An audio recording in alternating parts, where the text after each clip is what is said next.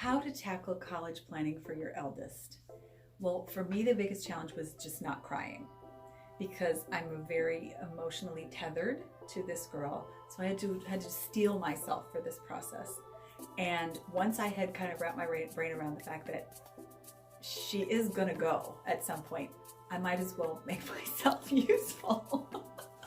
So I think the first step was trying to take out my expectations, like my attachments to my college application process, all the places I thought I might go, all the experiences I had, touring and what I learned from this. It was mine. It was mine.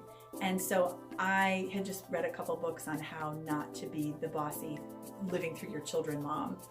And fortunately, it was a friend of our family's that had referred us to OnCampus and said, all that stress you're feeling about not trying to show favoritism or not trying to get her to choose your alma mater over your husband's, call OnCampus, call Tom. He can just make it neutral. It'll be all about her decision. It'll be about what she wants and where her spirit leads her.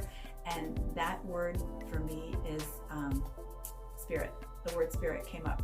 And I don't need to get too woo-woo, but I kind of felt like there's a lot of people out there putting up flyers saying, we'll help you get into the best school and the best scores, but nobody else said anything about spirit. And I really like that. They wanted to know her, Tom, they wanted to know her, know what she wanted, what her hopes were as a person, as a feeling person, not as an achievement. So for me, the beginning of that process was just kind of coming to terms with believing and then figuring out who was going to shepherd this precious little soul through that process. That was the beginning of it. I think I remember having an aha moment about making progress. My daughter Sophia had a couple of meetings with Tom and had thrown out these schools that I had never heard of. And I was thinking, do we go to all these places? Let's go to all these places. So I got my little map out and that's what I do. I just say, like, we're gonna tackle this and do this, this, this. And then I walked into the office and she had loaded up not just the websites, but some of the internship tracks available at a school she ended up not choosing, the University of Cincinnati. And she said, look at this. You can do this virtual tour here and you can follow this student's trajectory and see what she experienced and where her internship led her and what that company did. So Tom kind of opened these virtual portfolios that these students had shared. And so we did end up doing some campus visits, but it was more for fun because the kind of learner Sophia is very, I want to read, I want to click all the buttons, I want to go into this portal and this wormhole. And she kept going further and further down those tunnels. And that really helped her get a picture of the students as they're experiencing a campus, not just what you might see on a tour. It's not the way I learn. I don't trust a video that I see or some student said was their experience, but she does.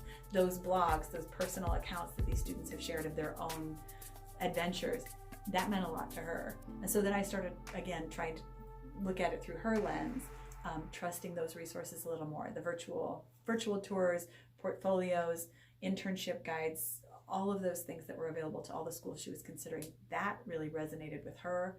And following her lead, it made a lot of sense to me to say, oh, well, this is something that's really key. It's triggered her interest. So let's ride this wave. I had no idea how we were going to tackle the communication piece because I personally had such difficulty finding time to hear about her day, sit down and have breakfast with her. She always had so many things going on and she was very social and very active in our church and had a lot of friends and had dance team, had sport. She had so many things.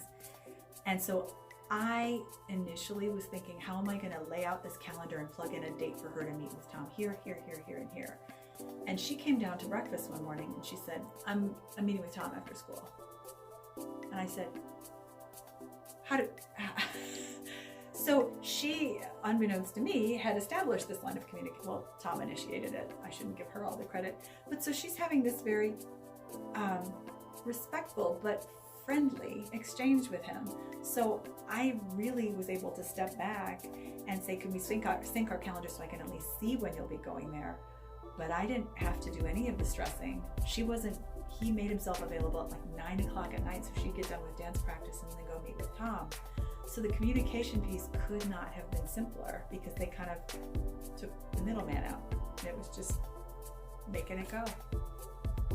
Thinking back to when this whole process got started. So it was the beginning of Sophia's junior year. I, again, trying so hard not to make it about my experience, but I remember the stacks and stacks of brochures and catalogs.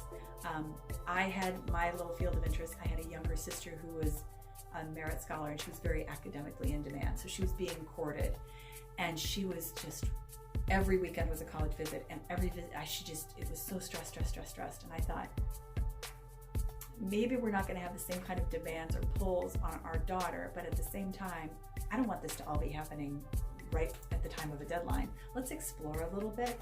So the ease with which Tom introduced these conversations into her world just made it like, let's try this on. Let's spend 4 or 5 weeks thinking this is the place I want to go. He never said, you don't want to decide now. He would let her try on an idea and really explore it to its fruition without ever saying, no, I see that's not a good fit for you. He would let her, the time that we had gave her the luxury of really exploring an option before deciding that it wasn't maybe the right one. So I feel like it just gave us peace of mind, and it took the pressure off because we were so far from deadlines. She's really smart. She's really smart, and she has seen me work her whole life. She's seen her dad work his whole life. That motivated her to find something she wants to do for a living.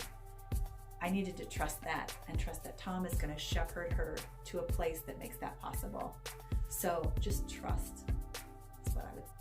If I met a parent of a freshman or a sophomore who seemed a little overwhelmed by this daunting process, I would say, you know your kid. Just really get curious about your child, what he wants for him or herself, and how you can kind of gently and lovingly guide them to that place, rather than worry. Don't worry about it twice. You're going to worry about the change when it happens. You don't have to worry about worrying about the change.